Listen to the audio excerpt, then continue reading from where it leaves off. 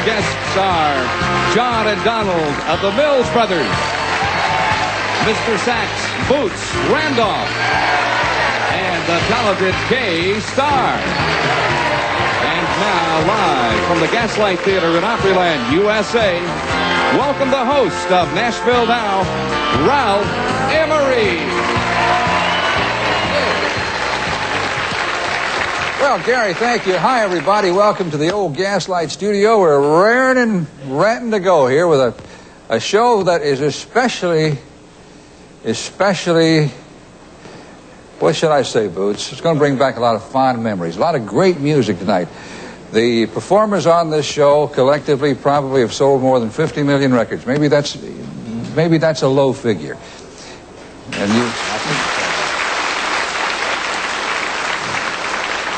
And one of the bright things in my life tonight, I got to meet Kay Starr. And I've never met her, and I admired her all my life.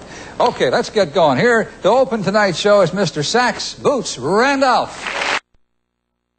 If you know what they say in Spain. What do they say in Spain? They say, si, si. Si, si, senor. I haven't heard this tune in, gosh, years. This is an old pop hit called Say CC, and it's my pleasure to bring you a repeat performance by some gentlemen who were here a few weeks ago with Boots, John and Donald of the Mills Brothers.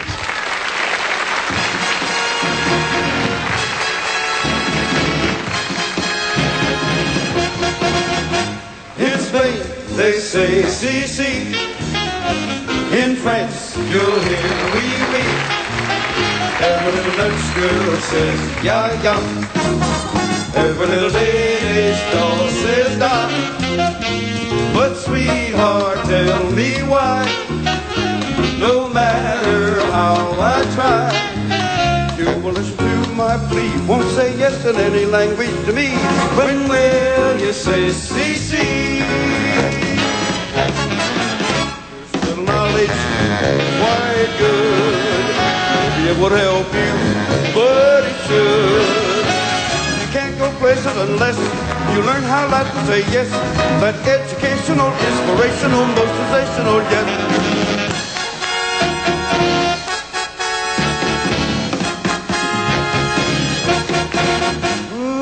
Understand means okay, baby, let's go. Never was a Panama. Oh, told the Trinidad no can do. On every word tonight, let's say it with a smile. You will listen to my plea, won't say yes in any language to me. When will you say si, si? Oh, sweetheart, tell me why. No matter how I try, you will listen to my plea. Won't say yes in any language to me. When will you say si, si? When will you say si, si? When will you say si, si?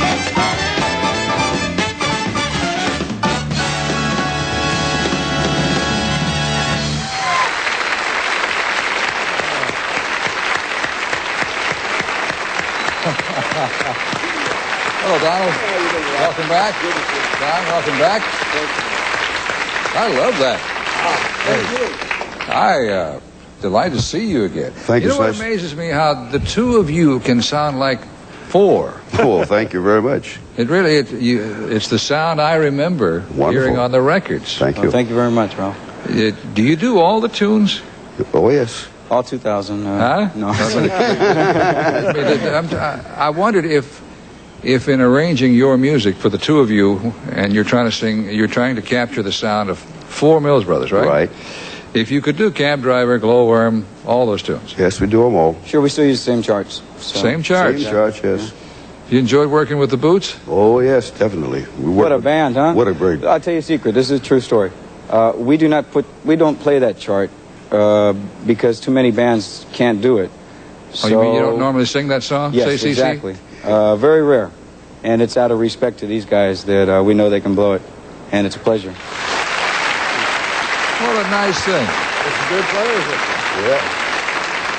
And as a matter of fact, Working with Boots is really a pleasure. You know, at the top of the show, I was trying to figure out how many records people had sold collectively on this show. How many records have the Mills Brothers sold? Well, it's hard to say because we've been selling for so many years, over a period of 61 years now. Auditor? I have an auditor, yes, but I can't keep up with him. And Boots, how many have you sold? Well, I haven't been in the business as long as these guys haven't. I would just guess somewhere around maybe 10 million records. It's If you sold 10, Give they or must have take a sold few. 50. I think Mike Donegan came up with a figure collectively for everybody on the show tonight, about 100 million records. That's probably right. That's a lot of records. Right. Wow. Where are the Mills Brothers from? Originally, we're from Ohio. I'm from L.A. He's from L.A. Surf boy.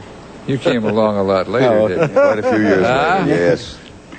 You did you always bill yourselves as the Mills Brothers? Well, when we were four brothers, yes, and from the time the eldest brother passed away, and there were three of us, and our father joined us, we were still billed as the Mills Brothers. And when we lost Harry in '82, and as I said before, Herb and I and my son started rehearsing, and then he had to go into the hospital for an operation, so we decided to do a duet. Now we call it John and Donald Mills of the Mills Brothers. Have you performed continuously, or have you had the career interrupted because of deaths in the family and that sort of thing? No, actually, we never stopped working because when our oldest brother got sick in 1935, the latter part of 1935, our father joined us, and he worked with us for 22 years. Then he retired. Then there were three brothers. When did you make your first record? First record was made in 1929. Was it a record or a cylinder? It was a record. A thing called Tiger Rag and Nobody's Sweetheart. Oh, you did Tiger Rag? That's right. Did you do it with a big band? No, we did it strictly with the Mills Brothers, doing instrumentations and singing it. So you didn't. Did you ever record with Bob Crosby? No, we never recorded The with Bob. Bobcats? No, never recorded with Bob. Because I know Kay Starr Worked used to with sing him, with but never recorded with him. We're going to take a little break, my friends. You're watching Nashville Now. Tonight, down memory lane we go with Boots Randolph, the Mills Brothers, and Miss Kay Starr, who'll be up next. So stay with us.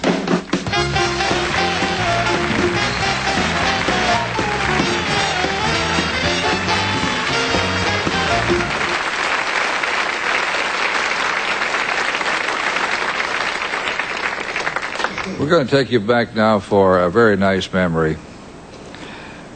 We're going to introduce you to a lady who used to do duets with Tennessee Ernie Ford. And I'd like for him to come to the show some night with her and recreate some of those. 1952 or 53, she sold about 10 or 12 million copies of a song called Wheel of Fortune. And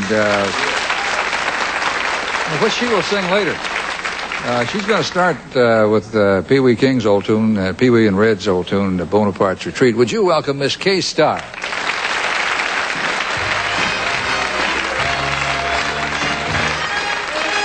I met the man I love in a town way down in Dixie, beneath the stars.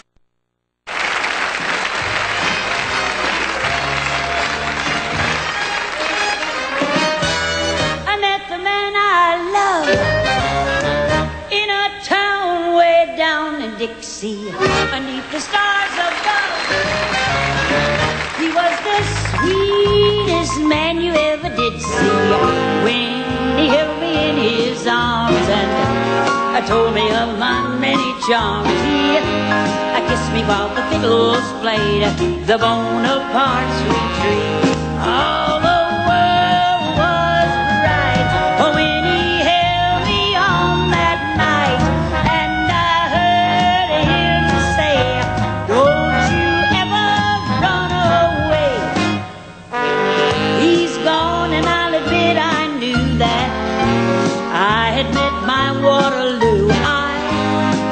That he would say adieu with Bonaparte's Retreat. The world was bright when he held me on that night, and I heard him say, hey, don't you run away.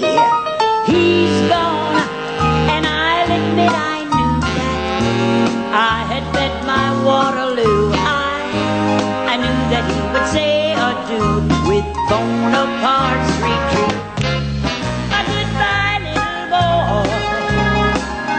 So long, little joy. Goodbye, little boy. So long, little joy. Goodbye, little boy.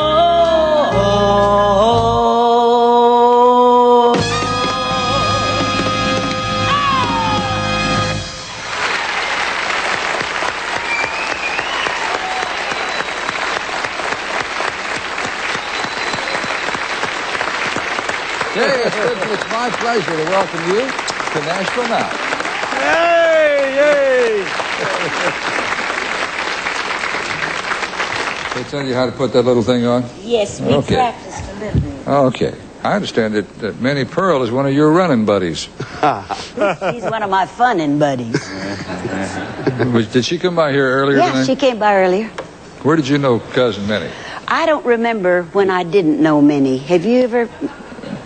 You must know some people like that you've known them for so many years you can't remember when you first met them. That's true. Well, I think Minnie and I must have been born in the same shell or something. I don't really remember, but I know it seems like I've known her all my life. With the Bonaparte's retreat, tell me that story. Well, I come from Doherty, Oklahoma. You Now, could don't fool ever- me. It's between Ardmore and Sulphur. People are always saying, where is it?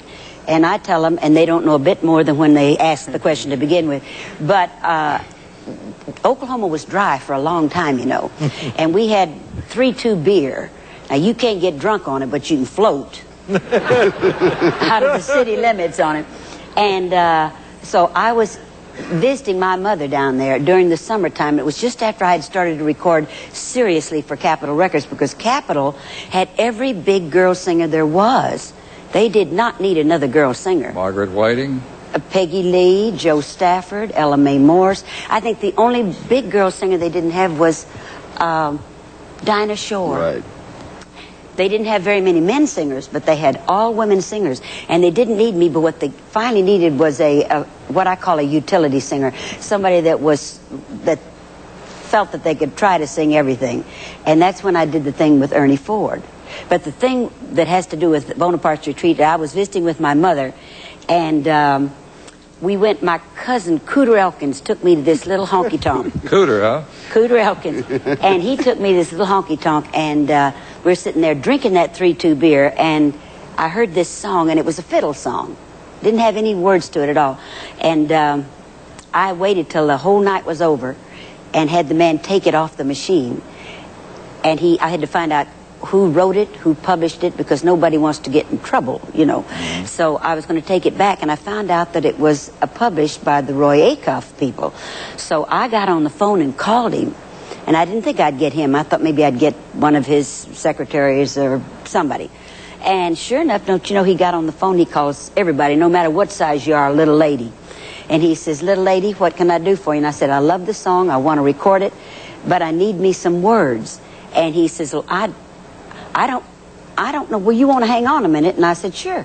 So he came back. He says, we don't have no words to that song. And I think he could feel my disappointment, because he said, now, wait a minute. If I understand correctly, you got some words to this song, you will record it for Capitol Records? I said, yes, sir. All I have to do is bring it back with some words. He says, well, then me and the boys are going to make you up some words.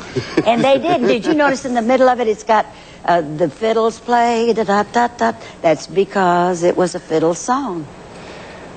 That's the wildest story I've ever heard. It's probably true. It's so wild. Probably one of the longest ones you ever heard, too. What year was this? Oh, Lord, now. Because it's important, because in the early days of the Acuff Rose Publishing Company, which is what you're talking about, they didn't get many records by the major pop stars. Yes. You know, Tony Bennett finally cut Cocoa Heart, and Joe Stafford did one of their songs. But I think the magic word was Capitol Records. Yeah, because you were going to put one of their tunes out on a major label, and they were a little company then. Right. So right. I would imagine they would have flown Roy Acuff out there to direct the session if you'd Lord, asked. I wish I'd have thought of that. We have to take a break here? I don't want to take a break here. I want to talk to Kay Starr. Well, all right, whatever you say. We'll be right back. Nashville Now has more live coming up on America's country home, the Nashville Network.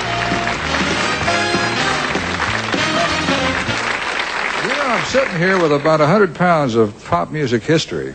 And in Kay Starr's case, well, of course, Donald Mills has known everybody. Kings, queens, whatever. And Kay Starr used to sing with the Light Crust Doughboys down in Texas. Right. That was the forerunner of the Bob Wills Band. Right. Right? Right. And sing that little song you were just singing. Well, it was listen everybody from near and far. If you want to know where we are, we're the Light Crust Doughboys from the Burris Mill, Fort Worth, Texas. And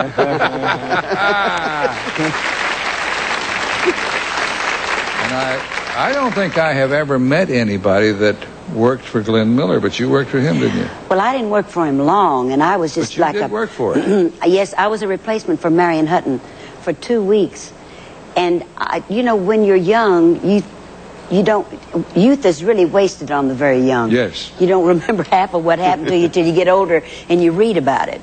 Then you... God, did that happen to me? Well, that's really what I've been doing lately, is reading these kind of things and finding out what's really happened to me in my lifetime. But with his band, I knew that it was a very big band, but I didn't know that I didn't sing in the same keys as she did. That's the one thing Joe Venuti never taught me. He did tell me, if you're going to make a mistake, make it so loud everybody else sounds wrong. That's right. And I followed that. I think that's why I do sing so loud. But he never did tell me what my range was, because I thought a range was what you cook on or what the cattle graze on. I didn't have any idea that it had anything to do with anything I was doing. You know, with your background, I don't know how you ever found your way into pop music. You were singing with painless. a Western band, and you're from Oklahoma, and you were singing about biscuits, and you've had an interesting career, haven't you? I did Wreck on the Highway, and Mama Put My Little Shoes Did Away. you really? Yeah. And I'll Never Be Free with Tennessee Yeah. Ernie. I love that record. Boots, I really hate to break off this conversation, but I will, just for you. And this is a pretty song. Boots is going to play The Shadow of Your Smile.